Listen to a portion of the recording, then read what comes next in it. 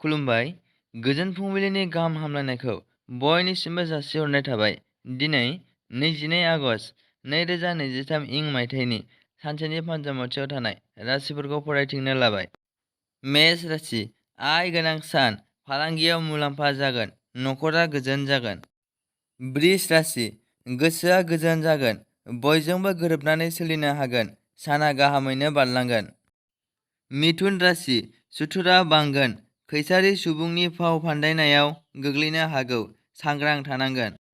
कर्कट राशि, जिउनि लामा हान्थिनायाव आन्दायगोन, सोरजोंबा थगायजानो हागौ, गोसोआ गोजोन गैयै जागोन।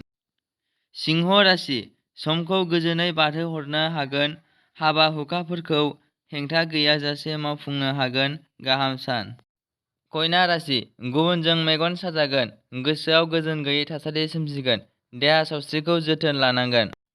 तुला राशि, गाहाम सान, जिउआ सुखु गोजोन जागोन, नखराव आलासि फैनो हागौ। वृश्चिक राशि, आंगो लोगोआ आनज्रायलांगोन, सोमोन्दो नागारलायगोन, साना गोजोन गैयै जागोन। धनु राशि, गाहाम सान, खामानि मावनायाव लोगोनि हेफाजाब मोनगोन, रंजा बाजायै समखौ बारहोहरनो हागोन।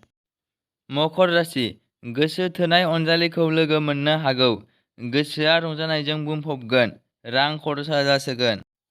कुम्भ राशि, जेथो गोनां सान, खामानिफोरा गुलाय गुजाय जागोन, साना हेंथा गोनां।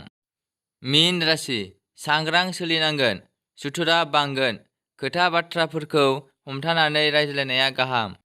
दिनैनि राशि फरायथिंनाया एसेनोसै। बेजों लोगोसेयैनो बुहुमनि साफ्रोमबो सुबुंफोरनि थाखाय दिनैनि साना गाहामैनो बारलांनो थाखाय आनान गसाइनियाव आरज गाबनाय थाबाय। गोजोन्थों।